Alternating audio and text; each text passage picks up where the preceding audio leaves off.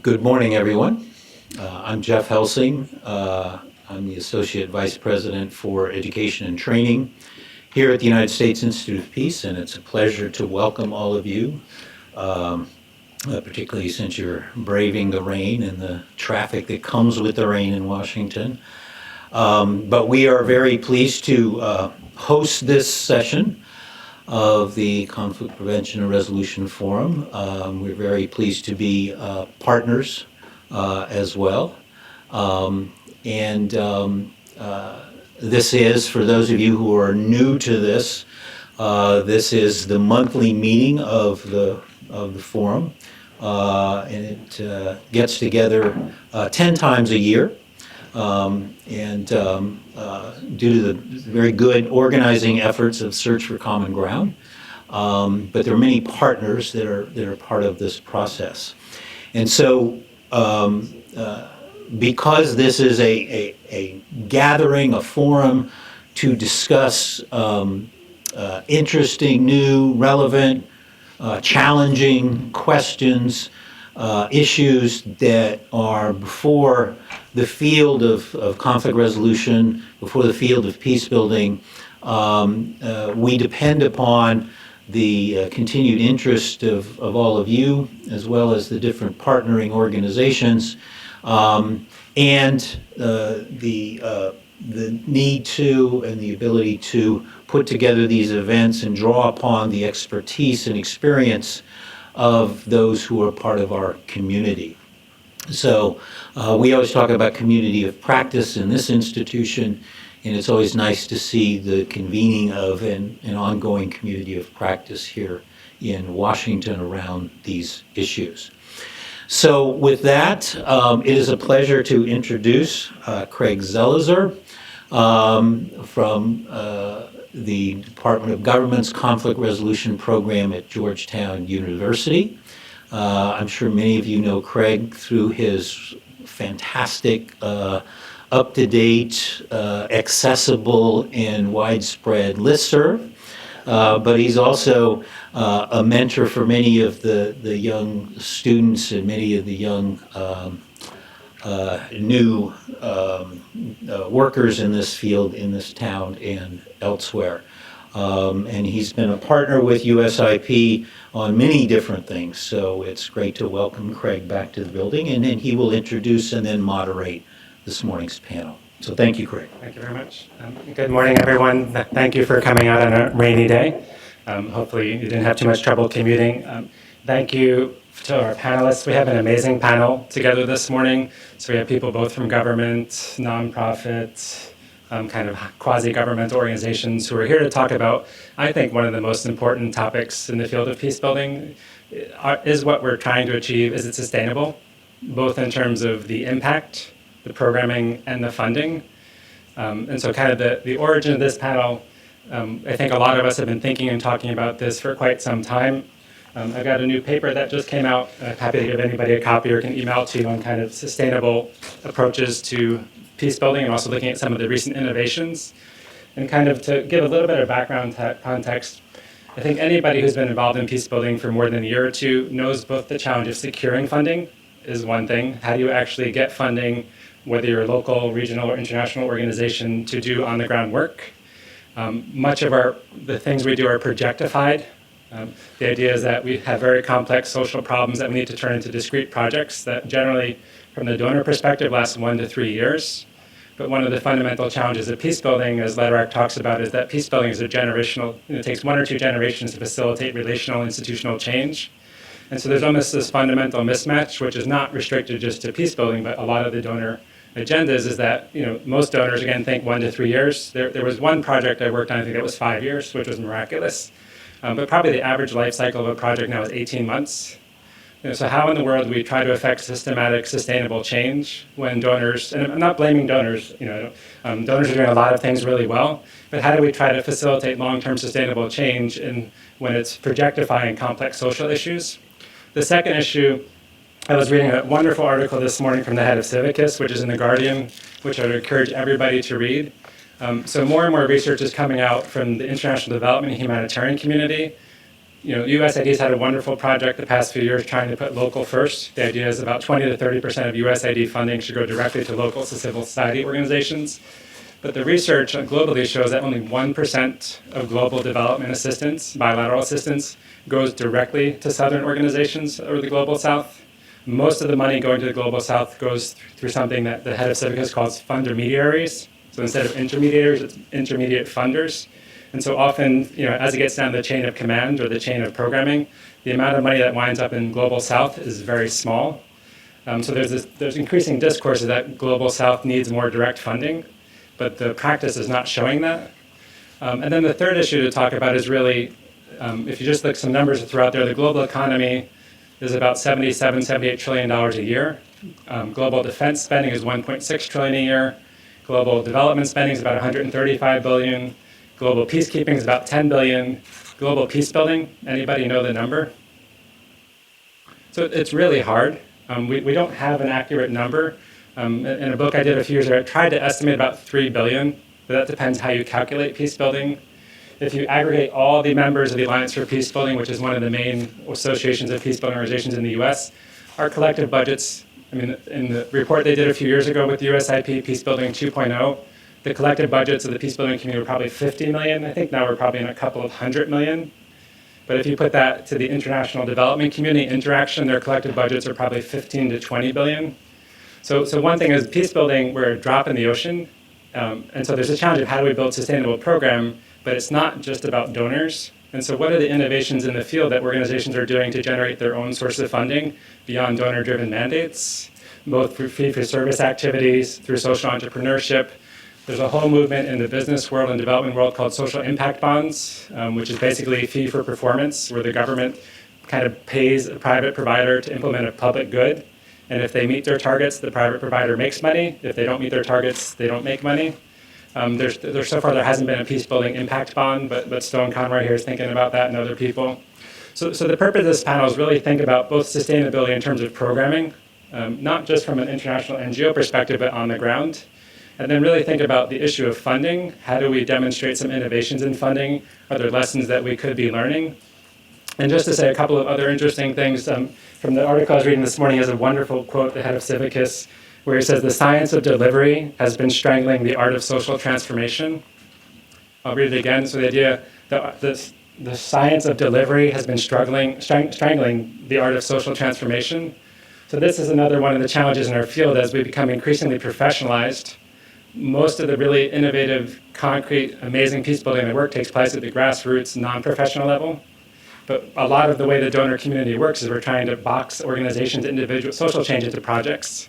And so this is a fundamental challenge. So anyways, I'd like to thank Search for Common Ground and Kim and Tina from USIP for their administrative efforts to help put this together.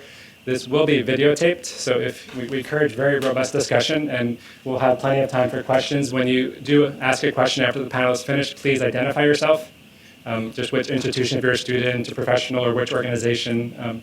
And again, thank you to our panelists. So I'll start off, I will not read the panelists' bios because we'd be here the entire session. But Julia Roig is the head of Partners for Partners Global. They just rebranded. It's going to go with their old name. It's one of the leading peacebuilding organizations in the world, working in over 20 to 25 countries. And the reason I asked Julia to go first is, one, their work is quite inspiring, but two, they did a 3-year evaluation project that really looked at the issue of sustainability, funded by the GE Foundation. I would encourage everyone to look at it, and Julia can tell you more about it. But I think it's one of the most rigorous evaluations of an organization that's been in existence for more than 20 years, to look at how they sustain their operations, both in DC and globally. So thank you very much. Thanks very much. Hello, everybody. I think it's right here. Okay. Well, it's a pleasure to be with you all this morning, and I've been asked again to talk a little bit about this evaluation that we conducted. And it's quite a feat to say that we looked at 20 different countries over 20 years, and the final document is about 150 pages. So I brought with me copies of the 25-page executive summary. It's out on the table out there, but it's also online. If you go on our website, you can find it if you don't want to bring the paper home. So So there's a lot of data that we collected, but I wanted to really focus today on this issue of organizational sustainability and the investment in our local affiliates, and then what it really means for our business model here in Washington, D.C. as an international organization, because I think that's one of the challenges that we have with regards to kind of how we're really spurring, I think, the business model really kind of either supports or doesn't support sustainability of local peace building efforts. So as an introduction to our network, Partners Global, previously Partners for Democratic Change, celebrated our 25th anniversary this year. We got our start in Central and Eastern Europe, and so that's why there's a strong concentration of presence in that part of the world. But from day one, our model was to invest in local organizations that we call centers, Centers for Change and Conflict Management, 100% run by local leaders, local boards of directors, local staff. It's a bit of a franchise model. So we're Partners Global. There's Partners Slovakia, Partners Colombia, Partners Jordan, Partners Georgia. So we now function as a network of these 18 to 20 organizations. Really also now looking at the role of global civil society, our efforts together, not just bilaterally per country. So I wanted to highlight our method of investing in these local institutions. So in the very early days, so late 80s, early 90s in Central and Eastern Europe, there really wasn't civil society in that part of the world. And so we were investing in these centers within universities. That was one of the only kind of credible institutions that could play this role of being kind of a neutral convener of participatory policies and supporting conflict resolution skills and methodologies. But very quickly we realized that the university system wasn't particularly entrepreneurial. And so that was not the right place for an organization that you wanted to be sustaining itself and doing its own fundraising. So we took those centers outside of the universities and they were reestablished as NGOs. So then the second model between 1994 and 2007 was just to fundraise to establish this is what I do want to say, these were startups. We started from scratch, where partners in the US would fundraise for kind of seed capital for about 2 to 3 years, and then we would help to hire a director, help form the board of director, do all of the kind of transfer of different skills and business planning, fundraising strategies, all of the organizational development issues, and after that 3-year period of incubation, they're on their own, 100% locally funded. So that's really kind of what I would say kind of our heyday with regards to our ability to fundraise from the US to help establish a local NGO. That quickly, I'd say around 2007, 2008, that was not as palpable anymore for international donors. And so we adapted a bit, and our center strategy turned into a fellowship program where we identified social entrepreneurs in target countries, and they immediately registered a local organization, so Partners Colombia or Partners Yemen, and then together we fundraised for programs and projects to help sustain that organization. So those are the 3 models, and I would say that we're in kind of a new moment now at Partners, where we're not looking to build up new startups, but affiliate with existing organizations. And the GE Foundation has been really supportive of us in helping to kind of adapt to this new model, thinking in a lot of the countries where we're working, it's not needed to create a whole brand new organization. So of these countries that we invested in over the years, 82% of them still exist. And a lot of them have had their 20th anniversaries, those early ones in Central and Eastern Europe.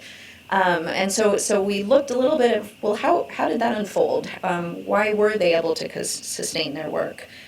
One kind of key lesson that I'd like to say with regards to the importance of this respectful global-local relationship is this idea of sustainability was something that we started with. It wasn't an afterthought. And I would say that Partners gets asked a lot to come in and consult other international organizations to help them spin off a legacy organization. So we've been working for maybe 10 or 15 years with our field office, but we now want them to be a local NGO, and they're going to be our legacy. And that's extremely difficult, I have to say, because this idea of ownership and entrepreneurialism and all of the financial management systems, everything, it has to be baked in from day one. It's very, very difficult to bring this in after the fact. And then this idea of authentic partnership, and I'll talk more about this with regards to this progression of incubating local organizations to them growing to then being just full-fledged partners with us. But that it's trust-based, that we come together respectfully, we are in a relationship of equals, but that this concept of authentic partnership, of the role of a US-based organization with an organization that, yes, we helped to start up, but they are equals with us, is a little bit messy, I would say, by the way. It's not an easy way to work. It'd be much easier sometimes if I was just the boss and could tell everybody what to do, but I can't. We've got to negotiate everything. And then finally, to Craig's point, building centers for us, it's not a project. It's something, sometimes we have to sell it as a project, and we've got to kind of convince donors that we're going to do this program, and we kind of have to sneak in the center building part to it. But it's a commitment to a lifelong partnership. We don't have an exit strategy with our local affiliates. We're in a long-term relationship with them. We get together twice a year. We have conferences. We're in constant communication with them, even if we're not working together on specific projects. With regards to their work in country and how they were able to kind of stay relevant and the impact of their work, I'm not going to talk so much about the impact of their work, but if you want more information on that, you can look in the evaluation. But this idea that if we were investing in process expertise, we weren't necessarily investing in specific interventions or specific thematic issues, we were really embedding a way of working on development challenges in countries in transition and countries in conflict. And the idea then is there's an expertise on how to be a mediator, negotiation, collaborative advocacy, participatory decision-making. And then those organizations were entrepreneurial enough to find out, well, what is our niche? Where do we now apply our process expertise? And so what the evaluator came up with, much more than any one intervention, it was the partner's way. And that's what we were the most known for, was building these relationships, trying to build bridges between sectors, so government, businesses, other civil society organizations, making the link between the grassroots and the policy level, that it was really about this short of even getting the policy, it was the relationships and the way. What we were known for was being this kind of neutral convener and really objective, nobody's neutral, but at least an objective third party. So all of that process expertise, the different things that they did, they were able to adapt over the 15, 20 years. So maybe we're working on child's rights, but after that, there's a different coalition that comes together around something else. So the ability to sell themselves and position themselves, it was really important to be able to adapt. There's a lot of different components to this investment model. I mentioned the authentic partnership, this idea of market-based strategies that I'm going to flesh out a little bit more because that's kind of what the buzzword is right now. But this idea that the ongoing moral support that we provide our colleagues has been identified as one strong aspect of their sustainability. And we were talking about, is it just funding? Is that what we're talking about? We're not really talking about funding. We're talking also about the hard, long slog of doing this work in these countries. And part of it is just the fortitude of accompanying our colleagues to continue to do this work, that they don't feel alone. Obviously, I think the organizational effectiveness, really strong organizations doing this work, and that's the tedious business of audits and human resources policies, and how you're bringing up the next generation of young people within your organization, and that tricky board of directors. And it's really nitty-gritty organizational management stuff that nobody teaches us when you go to graduate school for conflict management. So lots of different aspects of authentic partnership. One I would say is what has been key is finding the right people to work with, these social entrepreneurs that we share each other's values, because lots of conflict comes up on the road.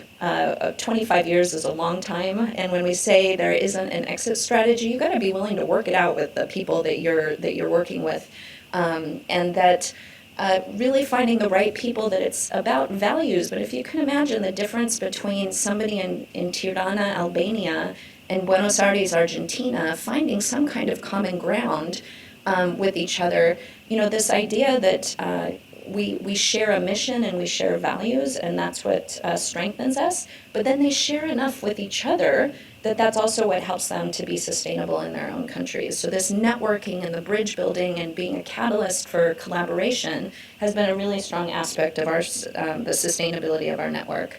I thought you might be interested in seeing just kind of the growth cycle of the organizations. This is, again, very nitty-gritty. But we really looked at what it took to sustain the growth. So this incubation period really did end up being about 4 years of us having to really accompany the growth and strength of our local partners. And then they were in a growth period for another, let's say, 4 to 6 years. And you see, we're not talking about a lot of money. What Craig was saying, it would be nice, although be careful what you wish for. We had a couple of colleagues who grew too fast, got a lot of money directly from USAID or others, and that presented its own challenges, quite honestly. So the sweet spot for them has been about $500,000 of annual revenue a year, doing really good work. Most of the centers have between 5 to 7 donors. Or sources of revenue, and so they have succeeded in diversifying their local funding. What we're experiencing now is this, there's the moment where you're really mature at about 11 years, but then what happens afterwards? And I'm really interested in having this conversation with our community, because right now we're kind of interested in the next sexy thing. So, let's have I don't even know what to call it, like the tech challenge of like the new entrepreneur that's got the cool idea, and it's like the student, and we're going to get behind them, and yes, that's all good. But what about these groups that have been struggling to kind of stay alive and do good work for the last 20 years? How do we help them reinvent themselves and take on these new business models and these new ways of working, and have deeper constituencies with these social movements where all the exciting stuff is happening? So we're in this kind of moment of, after kind of 16 years plus, then what? You either reinvent yourself, there's succession planning, or there's decline, and you want to try and kind of avoid that. And that's a new role for us to be playing to help our local partners. I talked a little bit about these different moments of incubation, growth, and maturity. What I would say is we do play a role here in the US with regards to marketing the centers and their work and positioning them and helping with their kind of global positioning. And we definitely see that as a part of our role and helps them to sustain their work. So finally, these market-based approaches, there was a couple of key findings that came out. One, as I said, diversifying and increasing their funding streams. Several of the centers throughout the world have created for-profit arms. So they do have consulting services. I can talk a lot about the minefield of different problems we've had with that. But most of them do at least 30% of their revenue comes from fees and contracts and services. The idea of kind of multi-year funding has always been important, as Craig said. Building up your reserve fund, we talk about, if you do that contract, squirrel away enough of it and put it into a savings account, and that takes a lot of kind of financial planning. Several of the centers have decided on investing in fixed assets, so many of them own their own office, for example. These are like the nitty-gritty. This is not like the fun part of well, what are you doing in the community? But this allows them to keep doing their work. Increasing cost efficiencies. We do a lot of work as a network of looking at how do you save money, how do you make sure that you're using the right resources locally. That has to do with your human resources policies. How much staff do you bring on board? How many consultants do you use? When do you partner with other organizations? And that makes more sense. I talked about the value of the partnership and the global network. All I'll say is that we have seen, and I included an article about the power of kind of global civil society in helping to sustain local efforts. We do try and create opportunities for collaboration. So, for example, if we're doing kind of security sector reform work in Mexico, then our colleagues in Nigeria or our colleagues in Yemen can take those methodologies and processes, bring trainers, and then they have a whole new capacity that they sell locally. And we've seen that over and over and over again throughout our network. And so I do think it's not necessarily, the power of networking for the impact of our work in country is important, but it is also a key sustainability strategy for our colleagues. It has been. And then I'd say, we have an emergency fund in the DC office, so that sometimes, for example, the EU is such a challenging donor. Sometimes there's a lot of upfront costs, and by the very end of the project, you owe them you got to pay out 60,000 euro for that last little tranche before you get the last payment. And for these organizations, if your annual budget is 200,000 a year, 60,000 for that last 3 months is a huge amount of money. It doesn't happen often, but I think every single one of our affiliates has used our emergency fund at one point or another, and that's just like having a safety net. All right, so I'm finishing up now. I do want to say this one thing about quality control. I talked about I am not the boss of these organizations. We are an association. We come together. We talk about our own kind of quality assurances for the brand, but these are autonomous local organizations. And it's challenging to make sure that we're all representing ourselves to the highest standards possible. So we self-police. We have lots of negotiations about that. And then finally, I just wanted to let you all know that we do have a current project that's funded by several different foundations now to look at this issue of social entrepreneurship for democratic governance and peace building. Specifically, how do we support existing organizations locally to adapt these market-based approaches to sustaining their work? A couple of key points that have come out of some initial kind of surveys and conversations that we've had is how important this issue of organizational capacity and financial management is to having the credibility to sell your services. That it's not just about having a new brochure and better marketing. You have to have that reputation and ability to deliver. Of course, organizations in our space are really worried about their neutrality and the objectivity. If you're receiving a contract directly from an extractive company, how can you kind of be that neutral broker? The idea that corporations sometimes speak a totally different language than we do. We've got our jargon, they have their jargon, just with regards to being in relationship with each other, that's been a challenge. And then finally, where does this seed capital come from so that you have the breathing space to innovate and think about products and services that you want to develop? Companies get capital to invest in their products, and we don't really think about that in the peace building field. Whew, that was a lot of information to give you, and I'll stop there. Thank you very much. So just a couple of quick points. If you're on social media, the hashtag is just CPRF if you want to tweet about any of this.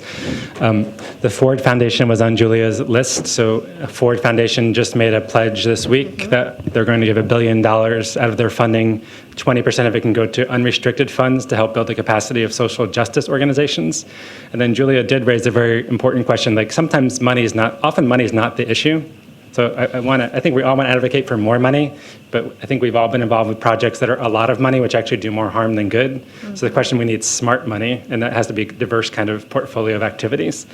So I'd like to turn it over to Lauren Ben Mitra, who's the acting vice president of the Academy at USIP and has had a very long and distinguished career. Again, if I read her whole bio, we'd be here for the whole session, but thank you very much. Thank you. I think we're speaking in the microphone. I think it's not on. Oh, it is on. Good. It is.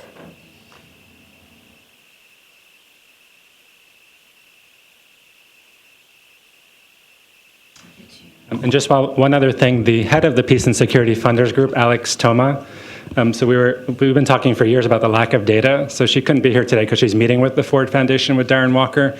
But she has told me that starting March 2016, or April, sometime in the spring, the Peace and Security Funders Group, which is the main network of foundations, US-based funding this field, they're going to start putting out annual reports about the level of giving across the sector, and it should be annual. So we don't have defined metrics for all of peacebuilding funding, but it's a really important step, at least that she's announced that will be coming soon, and hopefully we can be doing that in other sectors. Thank you for filling that time while I got adjusted here. I really want to thank Craig for the opportunity to speak today on USIP's work on research, especially in the context of his report, which outlined promising new funding activities for the peacebuilding field.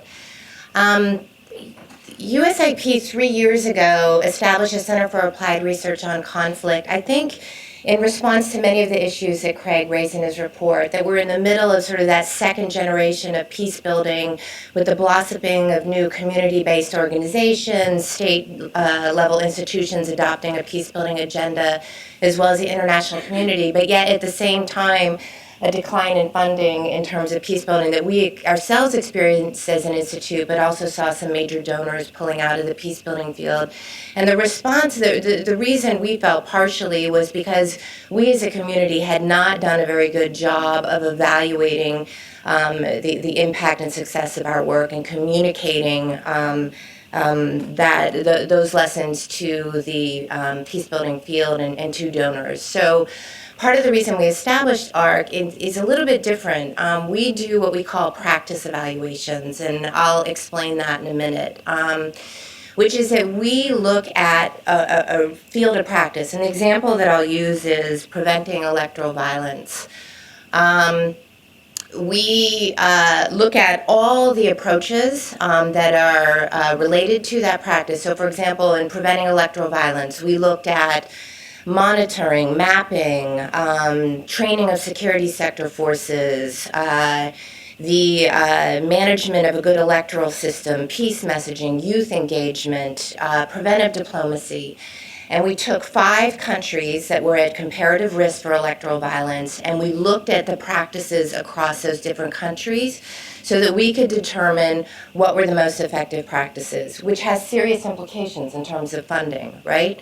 And so what we found in this comparative study was that there was a direct correlation between the level of violence and prevention efforts. So the more money that you put into prevention, the less violence that those countries experienced. Okay, important message to give to the donors and funding community, that prevention in terms of electoral violence works. The second thing that we found out is that prevention does work, but domestic state actors hold the key to peaceful elections. That is the most effective methods and approaches that you could use in terms of electoral violence were the management of an open and transparent electoral system and security sector forces, deployment of good security sector reform around elections. Another issue to raise with donors, so that in most cases for electoral violence, it probably is the state. The second thing, in terms of the most impactful instruments available to international prevention actors, were election monitoring and mapping. For us in the peace building field, the peace messaging and youth engagement was inconclusive. The impact that had on election prevention. I'm not saying that it doesn't have an impact. I'm saying that we're in the process now of collecting more data on those particular approaches through our grants and fellowship programs. But these are important stories to tell about a whole, it's not just project evaluations, it's what works in terms of a practice. The other area we're doing this right now is in terms of reconciliation. We have just done a significant 2-year study on, this was a little bit farther back. I think in terms of electoral violence, there are clearly articulated approaches and practices. In reconciliation, it wasn't as systematic. We went out and reviewed 180 different projects around reconciliation in order to systematically evaluate what we as a field call reconciliation practice. And we also found that, unfortunately, our evaluation processes around reconciliation were extremely weak, as well as an understanding of what the indicators of reconciliation look like. So what does a reconciled society look like? How can we identify indicators that would tell us we have gotten there? So there, USIP is looking to do 2 things. We're looking to improve the evaluation of reconciliation practice. through our impact program, which is designing effective evaluation tools that could be used by the broader community to collect data together on reconciliation practice. And the other thing we're doing is doing work on indicators, pulling in a fellow that will look at how local communities identify indicators for reconciliation, which may be very different from what we as the international community view as indicators for reconciliation. So that work is ongoing, again with serious impacts in terms of funding. The final issue that I don't know how I did this. I put these slides together and I didn't plan them to. The other area of practice that we're looking at right now is resilience. I know this is sort of the buzzword of the community right now, is resilience practice. We're all going to go out and build more resilient communities. But in terms of an area of practice, I'm not sure exactly what that means. Sometimes it looks like exactly what we're currently doing in terms of peace building and development. So here we've taken a step even further back in terms of resilience. And we're saying, what does resilience look like in communities that are experiencing violent conflict? So we're doing a 3-country comparative case study in Afghanistan, Nigeria, and Kenya, looking at how communities themselves identify their capacities for resilience against violent extremist actors. So we're getting them to define what their resilience is, and we're also having them identify what the violent extremist threat is. We're doing this through a mixed method process, and I will say the findings are pretty interesting right now, that those communities that are able to correctly identify the extremist threat are those that can develop strategies around them. I'm not saying that's not particularly profound, but there are a lot of things that happen to communities that do not allow them to successfully analyze the situation they're in. And we have other findings as well. But the reason that's important, we felt, is that before we all go charge ahead on resilience practice, understanding what resilience capacities truly are within those communities is important before we then go and able to test and experiment with resilience practice in this area. So that's it a little bit in terms of these larger practice evaluations. Craig, I did want to tie it back a little bit to your work in terms of funding and sustainability. I really truly believe sustainability depends on funding what works. So practice evaluations are critical for the field in order to prioritize funding, but also to determine what practices may need to happen in conjunction with other practices. So you're not out there alone wondering why your practice isn't working when it really needs to be done in conjunction with other practices, and building funding around both or multiple approaches. This marrying of funding and analysis, I think, is absolutely critical as we consider new funding routes, such as your crowdsourcing, to be really provocative out here. I think we as a field might want to consider quality assurances in terms of what works as we're beginning to discuss these new funding initiatives. I was really struck recently by a study that Chris Chrisman did in the UK, looking at all the research that was done around radicalization and violent extremists. And this is a real sort of lesson to us in the peace building field, which is analyzing our analysis. Because when he went out there and really looked at all of these studies and evaluated the rigorous methodologies around those studies, he found that only 20% of that research actually led to conclusive findings. So what are we basing our practice and our policy decisions and our funding on? And so this idea of quality assurances in terms of the research and our practice and giving it that sort of stamp of rigorous analysis and evaluation is important. This gets to Julia's point. One of the other things that we're also doing at USIP with the support of State Department and USAID is we're building a network of local researchers around violent extremism called Resolve. And we just had a big meeting in New York. But it gets to Julia's point about sort of the funding of local initiatives and the role of the international community. And we did a lot of work with these local researchers and found that there actually is a very good and solid role for the international community. The fact of the matter is that our practice around CVE, especially our international and national practices around CVE, would really benefit from local insights and local research. So how do we develop that local capacity on the ground in terms of research?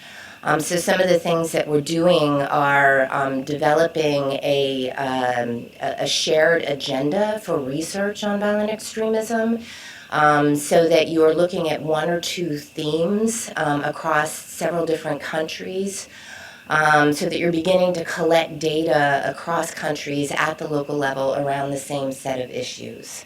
That's something that the international community can help facilitate, because believe me, local researchers want to make sure that that shared agenda is important to the international community, that they're feeding their results into key international questions and issues. And they are also very interested in, again, this idea of quality assurance, that the international community and researchers around this effort are giving them some sort of assurance that their research is of a methodological quality, because that attracts funding for them. So that they can go out and say, you know, my research and the methods that I employ have been developed with mentoring relations with other international research. That also, in terms of funding and sustainability issues, also means we need to be a little bit more pragmatic. I am constantly struggling on my side with folks that want really, really rigorous research from the field, and I think facing the realities of what our local researchers find out there. So tempering our research methodologies to the realities of the field, but also in building in ethical considerations, I think are important. The last thing I'll say, I was thinking about this in terms of Craig and these new funding initiatives, and I think we need to do a better job of really rigorous, some analytical frameworks for over-the-horizon analysis to really capture the ideas and imagination of funders.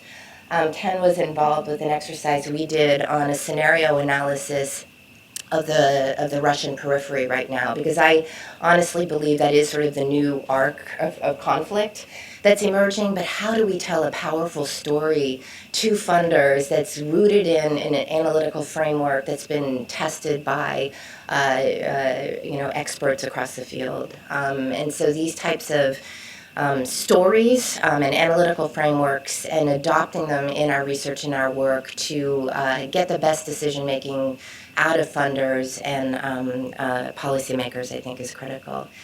And with that, I will leave my... Thank you very much to Lauren, and I would encourage you to look at, USAB has a wonderful website, but find the Center for Applied Conflict Research. And just to say, Kickstarter recently passed $2 billion total in support that's been given through the projects. Crowdfunding is not a magic solution to anything. I mean, none of the things we're talking about, if you do crowdfunding, social impact bonds, none of these are magic solutions. They're just another tool in the toolkit. But I think the peacebuilding field is behind on a lot of these things, so we need to be thinking about it. So I'd like to turn it over to Ambassador Ken Yalowitz, who's the director of my boss, the director of the Georgetown Conflict Resolution Program, had 35-year career in the Foreign Service, was ambassador to Georgia and Belarus, and was at Dartmouth previous to coming to Georgetown. So thank you very much. Thank you very much, Craig. If you don't mind, I'm going to sit. I've got a pretty bad cold, as you can tell, and I want to try to preserve a little energy I have left. First of all, Craig, I wanted to congratulate you on an excellent paper, which I enjoyed. It was very provocative, and I thought right on. And both to Julia and Lauren for two excellent presentations. Julia, I'm a member of, I work very closely with the Eurasia Foundation, and we went local in the Caucasus, establishing three, independent, organizations based in each of the three countries. And as you were going through that evolution, it brought back a lot of memories. But I just congratulate both of you on the excellent job, that you're both doing. I'm going to speak a little bit differently. I, as Craig mentioned, am basically a practitioner. And I'm going to talk about some of the things that have concerned me in particularly three areas. And the areas that I know best are the unresolved conflicts in the former USSR. And I wanted to talk a little bit about, and this will be more of a case study, if you will, why they have defied solution, and sort of any ideas on how to take positive steps, and what can be done.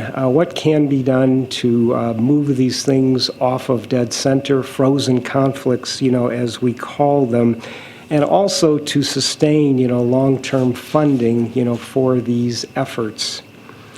To me, one of the most fundamental problems that we're all facing here is that headlines drive attention, and policymakers are focused on ending immediate threats of violence or outbreaks of violence, and not necessarily working long-term at the roots of the conflict, and that's something that Lauren addressed. And I can tell you from experience, that when you're working on some of these efforts and a Syria, a Ukraine, or a Libya emerges, the funding supplies, drop off very, very, very quickly because attention is focused elsewhere. And another issue that I think is one that needs to be looked at very closely, and we're doing this now. We've just instituted a program at Georgetown of scholar practitioners, and our first resident scholar practitioner is a retired Army general. And no secret to any of us in this room that when the U.S. looks at issues overseas, we generally tend to look at the military first in terms of resolving them. And I think that's a very important lesson that all of us have to keep in mind, that in this business, we're going to be working with the military all the time. And it's very important to, I think, understand their culture. They have a huge amount of resources and capabilities, and they're going to be on the ground in many, many, many places. So that's just a word based on, my own experience. Let me talk briefly about these three conflicts in the former Soviet Union, for which I've spent, many years working on. Two of them are ethno-territorial. Nagorno-Karabakh, the war between Armenia and Azerbaijan over an area called Nagorno-Karabakh, which in Mr. Stalin's infinite wisdom, back in the 1920s, it's a majority ethnic Armenian area, but it was put in the middle of Azerbaijan. So that was always going to be a problem, for the future. And then also Abkhazia and South Ossetia, very much in the headlines in 2008 when Russia and Georgia fought a war over South Ossetia and the separatism there. The third one is between Moldova and Transnistria, and that is more an issue of power and style of life rather than ethno-territorial issues. All of these are very complicated for many, many reasons. I'm just going to run through some of the reasons. One is the outside intervention of major powers, Russia, Turkey, the United States, and Iran. In many cases, these countries have sided with one or another, and that, of course, makes a lasting peace very difficult. But what has bedeviled us, over all these years, all these conflicts are still basically unresolved, and I would submit that the Nagorno-Karabakh one is dangerous. That is one that we're watching very, very carefully. But why is that? The conflicting narratives are very powerful in each of these cases, and the notions, you're having one side argue usually territorial integrity, and the other side arguing national self-determination. And you have these principles involved, that gets very, very, very difficult to do. The negotiations that have taken place have been at the top level, usually president to president, and there has been precious little, done at the ground level, the kind of work, that all of you are talking about. Particularly in Nagorno-Karabakh, there has been almost a total break in person-to-person contacts. And the narratives built over violence, ethnic cleansing, all of these things have taken hold. They're very, very deep and very, very hard to overcome. The leaders in these countries, and both countries unfortunately suffer from authoritarian types of political systems. The leaders have taken no steps to prepare for peace and reconciliation. The kinds of things, again, that you all are working on, which should be done, are not being done. So that's another important point. There are no peace agreements in any of these situations. There are no peacekeeping forces. They're usually just ceasefire lines, and those are very, very dangerous. So all of these things, make for a very, very, very difficult situation.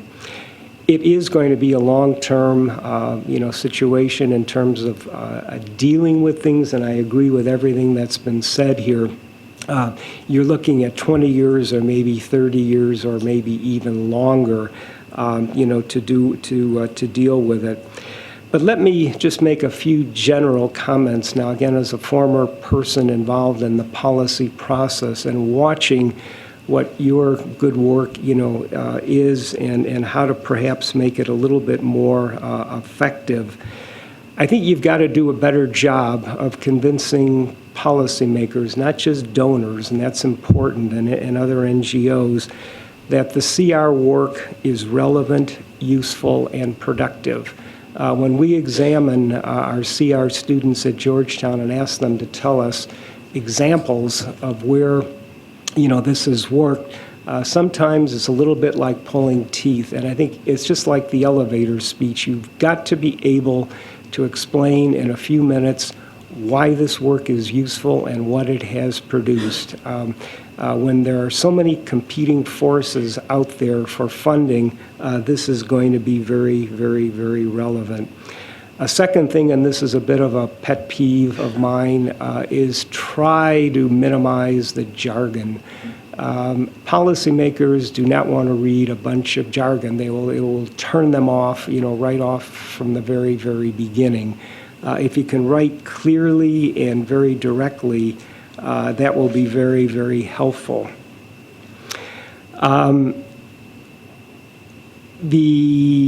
Another point, again, from my own experience in the field as an ambassador, I always tried to get the NGOs working in Georgia, there were many fewer in Belarus, to work together. If there was one thing that I had very little tolerance for and patience for, was the unending competition and the inability of people to talk with one another, and that meant a lot of repetition, overlap, particularly in countries, as we're all dealing with here. You probably have a limited audience. You have a limited number of people with whom you can work.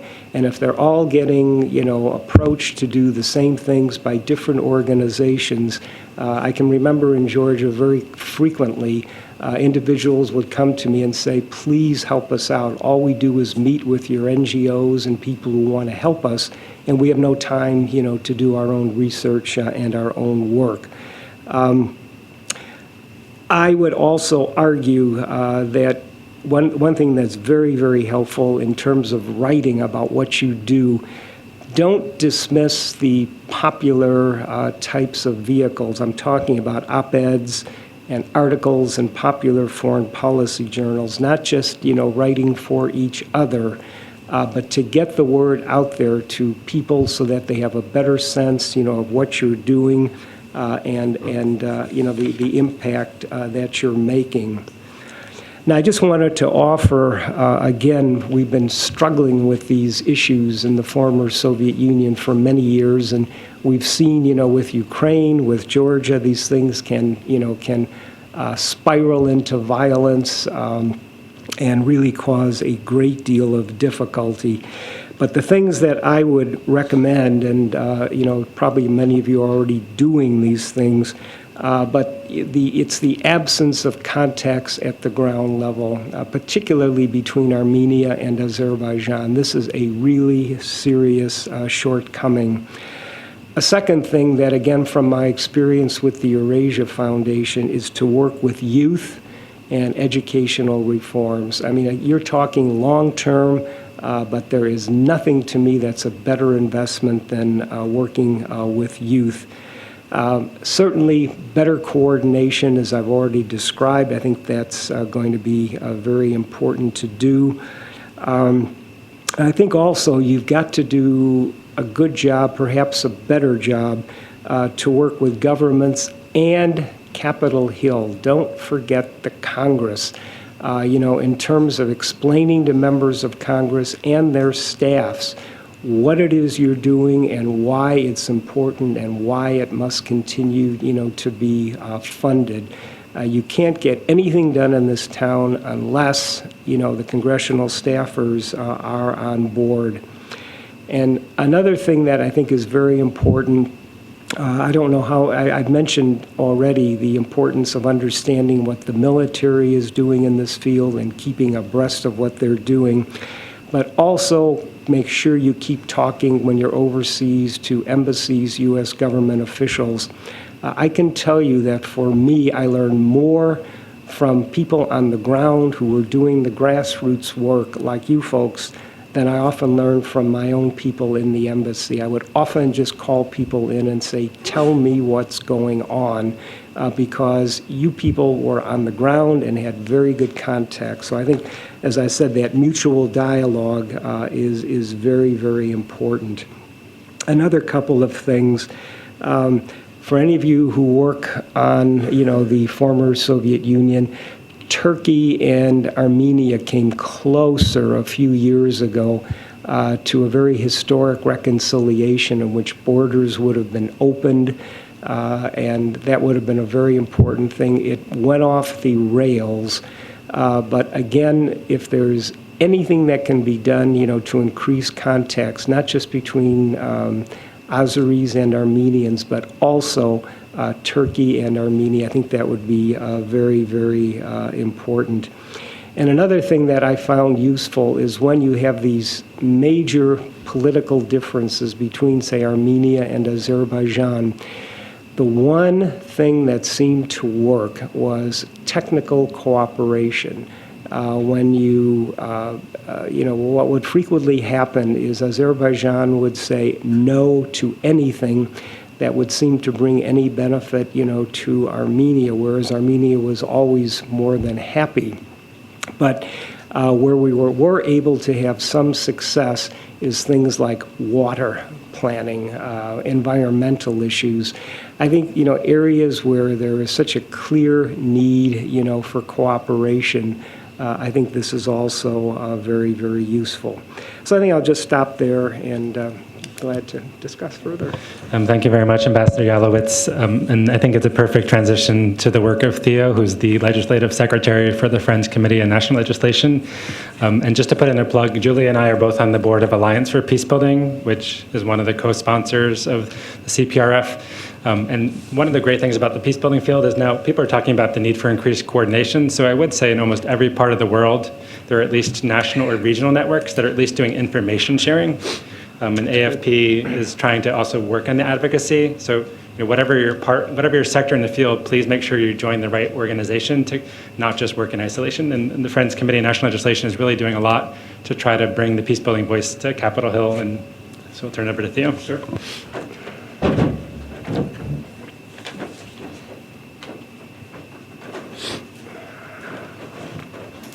Thank you, Craig, and thank you to my fellow panelists. That really does, I think, lead well into a few of my remarks. So as Craig said, I'm Theo. I lead the Peacebuilding Policy Program at the Friends Committee on National Legislation. We're a Quaker lobby in the public interest, and a lobby in the truest sense of the word. And my job is to speak to Congress and to help explain the complex, long-term nature of conflict and what all of that involves, and how do we then design peace-building programs, interventions? How do we fund the relevant parts of our government that could carry out these programs outside of congressional budget cycles, right? And that's could be a scary thing, but it's actually a fun job, and I actually do have a lot of fun doing that. On the one hand, we're driven by headlines, as the ambassador said, and that's where so much of our attention goes to. And even as an advocacy organization, while our tactics can seem inherently short-term, I think at least for FCNL, the way we articulate our work, it's very much connected to a long-term vision. Long-term vision and planning, at least from our perspective. Our mission statement begins by saying, we seek a world that is free of war and the threat of war. I think that actually goes beyond Lederach's generational framework of, we have a long way to get there. But that's our stated goal and our mission. Achieving this long-term goal for us breaks kind of naturally into political cycles in some ways. Yearly congressional calendars, biennial election cycles, and of course every 4-year presidential cycles. And we pick our issues based on what Quakers tell us that we should work on. We have a board of directors. Our governing body is a 220-member body that goes through the processes, where process matters, not just out there, but also internally within our organization and how that drives our work. And that sets out our policy statements, and our annual work, our everyday work, flows out of that policy statement. So my particular work in the Peacebuilding Policy Program, in a nutshell, breaks down into lobbying for conflict prevention and peacebuilding funding, particularly for programs within the State Department and USAID. And as part of that, one of the work that, part of our programmatic work is coordinating and leading a working group that brings together Search for Common Ground, the Alliance for Peacebuilding, plenty of other organizations that do peacebuilding and conflict prevention work. And this is the Prevention and Protection Working Group that has lobbied for a lot of these accounts over the last number of years.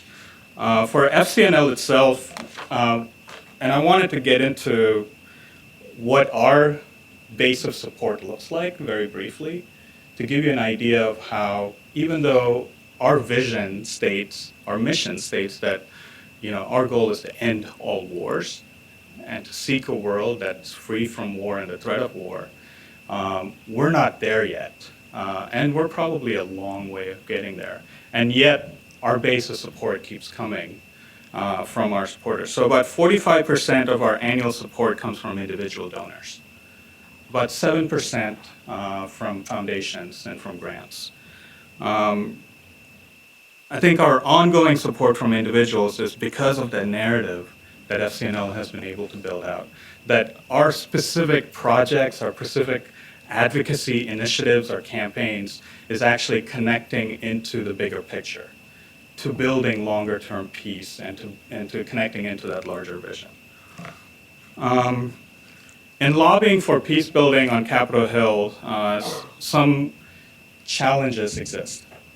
Members of Congress are often looking for fixable problems, are looking for solutions. My job is to go into their offices and talk about the complexity of crises, the complexity of conflict, and to say that these are actually not fixable problems, at least not in the short term. How do we get systems thinking into congressional political cycles? I think that's probably our number one challenge. The other challenge is that many of the tools that we have is actually quite nascent. Peace building and conflict prevention as part of the US government architecture is new, and in many ways untested, at least from our perspective in our work in lobbying Congress. The tool that is well tested and, of course, needless to say, well funded, the military, continues to be the go-to tool for crisis response management, et cetera. And I think that's where the communication piece is, I think, really crucial for our community. Whereas true peace building thrives in the nuances, whereas policymakers and, more importantly, the American public look towards solution-oriented answers. So then, if we are successful in preventing conflict, and I think we are, especially preventing election violence, right? There's prevention works. How do you then prove a negative? Attributing specific transformational changes to specific processes becomes extremely difficult, especially in a congressional office. So if I may offer just some principles to keep in mind, articulate your theory of change.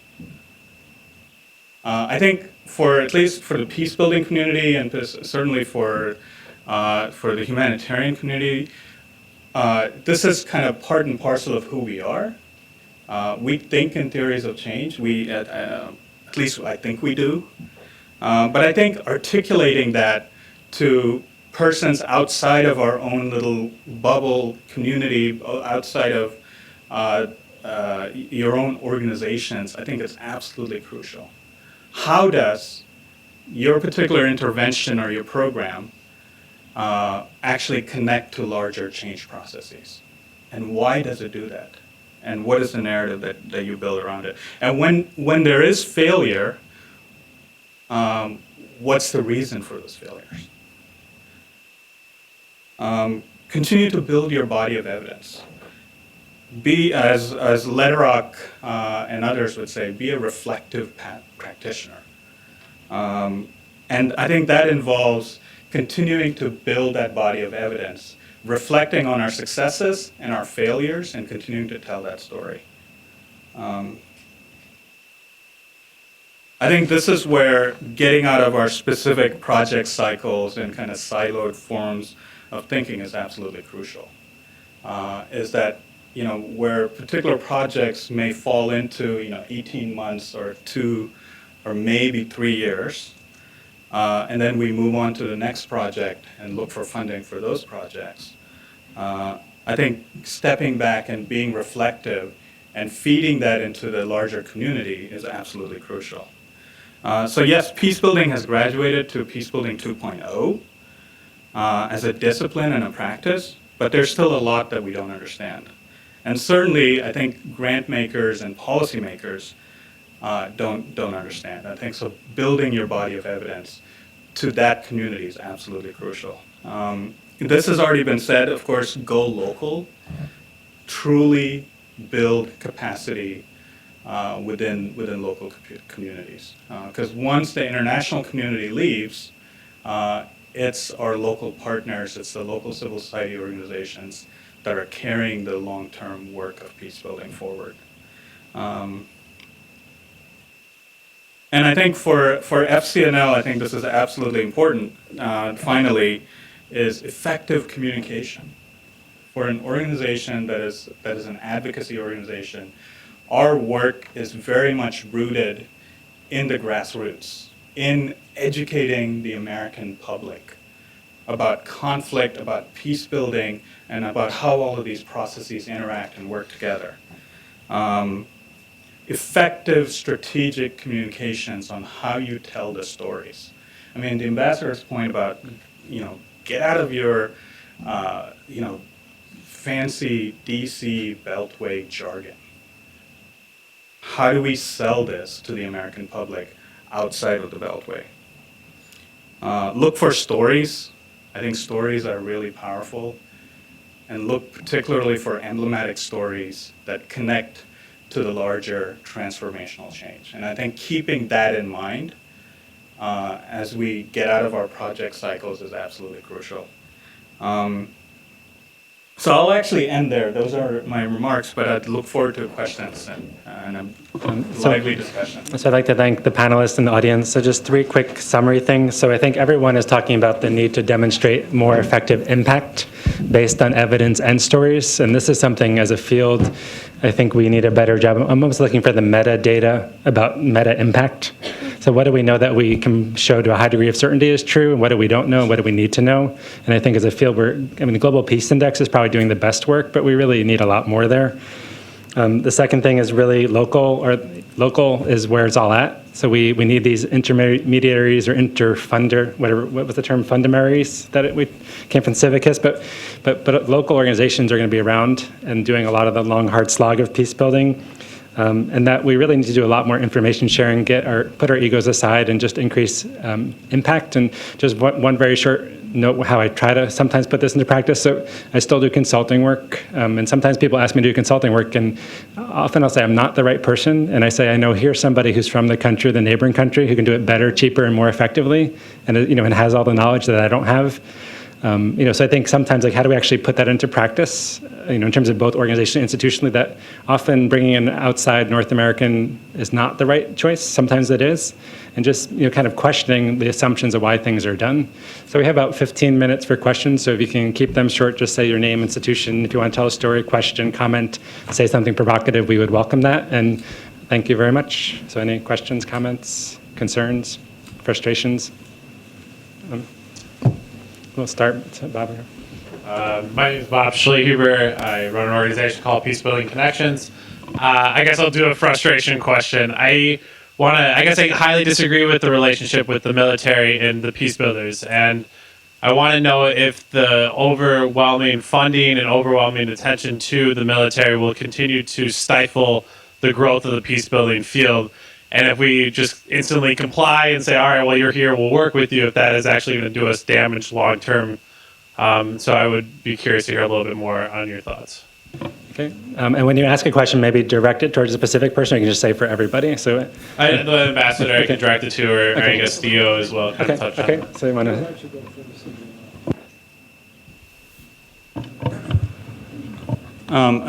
For FCNL, we're a Quaker organization, and our work and our programs are based on Quakers as a pacifist religious group. But at the same time, we see the military is the biggest player, and particularly for the U.S. In conflict areas, the U.S. military plays a big role. And if our community isn't talking, isn't communicating with the military, then I think we're really selling ourselves short. And I think certainly there, in my own conversations with plenty of people within the U.S. military, they are sometimes some of the biggest supporters and advocates for peace building, and particularly civilian-led peace building. And because they've experienced what they know what they can and can't do, and they know what their specific mandates are. So that's what I would offer from my perspective. I feel that was an excellent answer. I would agree with every word you said. I've had a lot of experience working with military over the years, and just to reiterate, they're going to be there. There is no two ways about it, and you have to be realistic. They are going to have resources, but again, what I have found is that particularly the general officers, the generals, the admirals, they well understand the destruction of the weaponry that they command. And almost to a person, when I've talked with these folks, they don't want to use those weapons. They would much rather see diplomacy work. They would much rather see conflict prevention work. And they are very open, to what we do. As a former State Department officer and an ambassador, it was always incredibly interesting to me that the Secretary of Defense, Bob Gates, then was the biggest supporter of more funding for civilian resources, including the State Department, because he said there are things we can't and should be doing, that civilians should be doing. We know we're getting the lion's share of the resources, but I think it ought to be changed. So again, I think, you need to keep in mind that, that the DOD, the image of the guys, running up the hill, shooting everybody, it doesn't always work that way. And I think there's a lot, that you can do with them. And as our general said the other day, our visiting scholar, he said, you in the field doing, peace-involved work, you're going to have security. You've got to be able to work in a reasonably secure environment. And if you're in Afghanistan, if you're wherever you're at, that's the job of the military, is to at least to provide a security environment in which you can do, what you're going to do. I mean, these are dangerous places, and the military is there, but they are the ones who are responsible for security. And to do what you're doing, you're going to have, some security. So as I said, I don't look at it as a zero-sum game. There are inevitably going to be conflicts. I've had them myself with the military. When it comes to resources, it's intensely frustrating when you see the imbalance in resources. But, what you do is you look for ways to work together, and it can be done. Yeah, I just wanted to say a small thing also about we've decided it's really important to be in these conversations, not just with U.S. military, but with local militaries in the countries where we work. And I think there's always this fear about either co-optation or that you're going to somehow have to kind of sell it on your values. But I think we are uniquely positioned to support productive conversations that need to be happening, and they are a constituency. And security sector reform and right sizing. I mean, these are policy issues, but it's also like people's lives are interacting on a daily basis with those in uniform.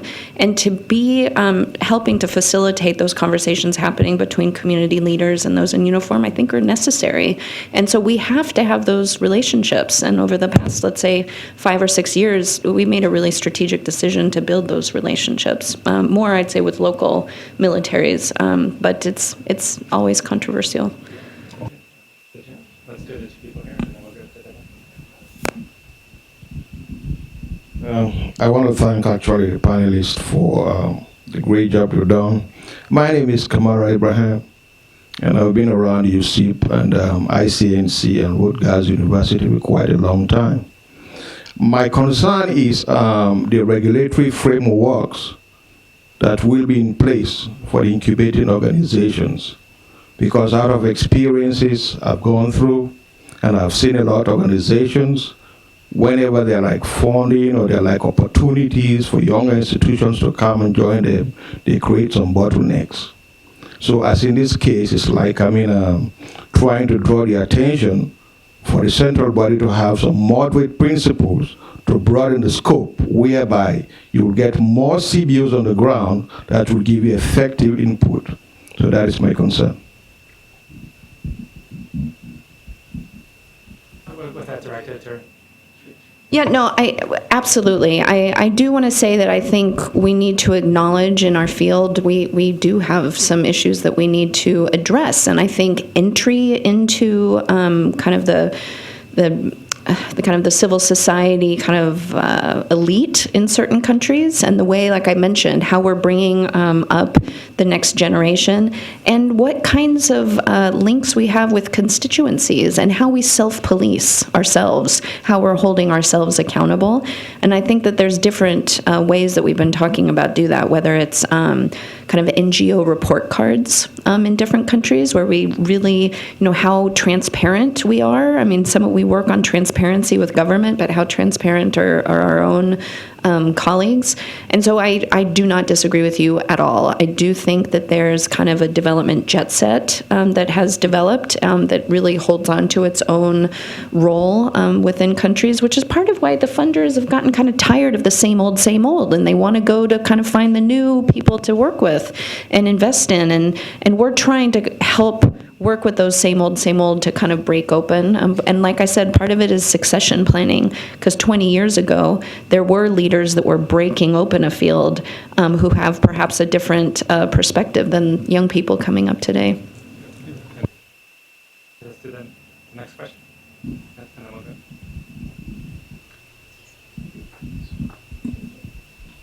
Hi, so I'm Maria Fernanda Sierra. I'm from Colombia.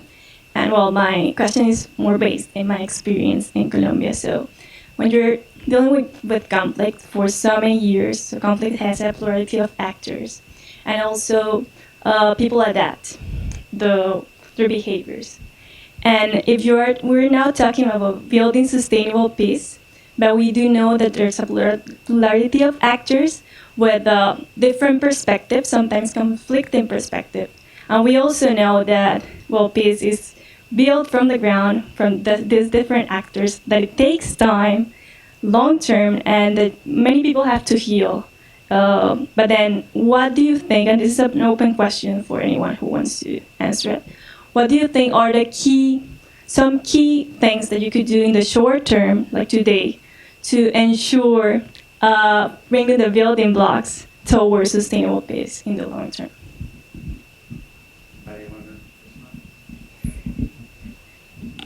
So basically, how do you incubate or accelerate the possibility of long-term peace by doing short-term things?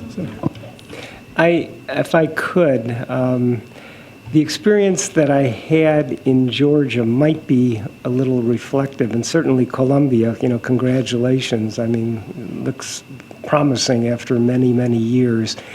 One factor was I found in Georgia, they went through civil war, separatist wars, and what I found was that people were tired of war.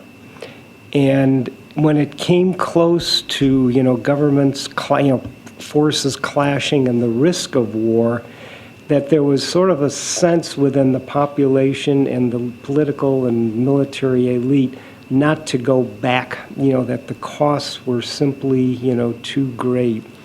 And I think that's very important, is to just constantly keep reminding people of what they went through and the horrible costs every time that they may get close to, picking up guns, to remind people what they've gone through. That was actually fairly helpful, I found. I'll just, my research portfolio in ARC is actually on resilience, and you can tell by my presentation I have actually myself mixed feelings about the concept. But one of the things that I think is really important in talking to folks in some of the work I've been doing in Kenya and in other regions, in Guatemala, et cetera, is that to really reframe some of the thinking around communities and their experiences in conflict. Because I found actually that coming at these issues and this analysis and this practice from a framework of risk and vulnerability and weakness really sets you on a path, I think, not as satisfying, but also there is so much strength and capacity within these communities that I think, coming out of the work in Kenya, at least I've done, that isn't even recognized by the communities themselves. So things that they have been doing on the ground when it comes to regulating the acts of violent extremist groups, they don't even understand as resilience capacities and strategies. So that's one thing, is offering them a framework for understanding their own strength and capacity is really critical. And I think the other issue, and it's one of the commitments we've had in our resilience research, is allowing them to understand the strengths and capacities that other communities themselves have used, so that there's more of a community-on-community learning from communities that have gone through those shared experiences. The only thing I wanted to add was, I think this is where defining and understanding your theory of change is really important in terms of the short term. And I think in Colombia is really a good example of this. And one thing that I can think of specifically in Colombia is, it's building the constituency for peace. In the longest running civil war in the world. And finally, Colombian president has the mandate from his public to move forward with a peace agreement with the FARC, right? And in spite of the ups and downs of the process so far. So we just need to get it through the finish line at this point. And I think, so continuing to build on that to get this larger peace agreement, I think could speak volumes, I think. really quick thought about Colombia, where we've been doing a lot of work, is the kind of thread between all three of these comments is how important kind of a communication strategy is for reframing, for building constituencies, for telling a different narrative and a story. And I think it behooves us in our field to be in relationship with professional communicators. And it's something with the Alliance for Peacebuilding, we've been trying to look at who are the people who frame issues for society, who are the people who get messages out, maybe in a very much more sophisticated way. And so I think that that's kind of a short-term thing. And there's some very cool communication stuff with like advertising agencies and different social media professionals in Colombia that it sounds like window dressing, but it's actually not if they're in relationship with us, so that we're getting kind of the right messages out. So I want to be respectful of time, so I think we'll finish in 1 second. Just to make a comment, so in the Alliance for Peacebuilding, we're talking a lot about how do we sell and brand peace. You know, Coca-Cola is one of the best marketers in the world. You buy a can of Coke, you feel happy. What's the equivalent for peace? We don't have it. You know, and how do we kind of brand it and locally create a context? So there's some really interesting experiments going on. So I'd like to thank the speakers for taking time out of their busy schedules and the audience for coming. And I think most of us will stay around if people have questions. Please look at the CPRF website, which is, you want to say anything about upcoming ones? The next event will be the second Tuesday in December, and we'll focus on the sustainable development. Yeah, SDGs, and then we'll take a break. Well, so please look in the Search for Common Ground website or partners or the reports. And thank you very much to USIP for hosting us. Yeah.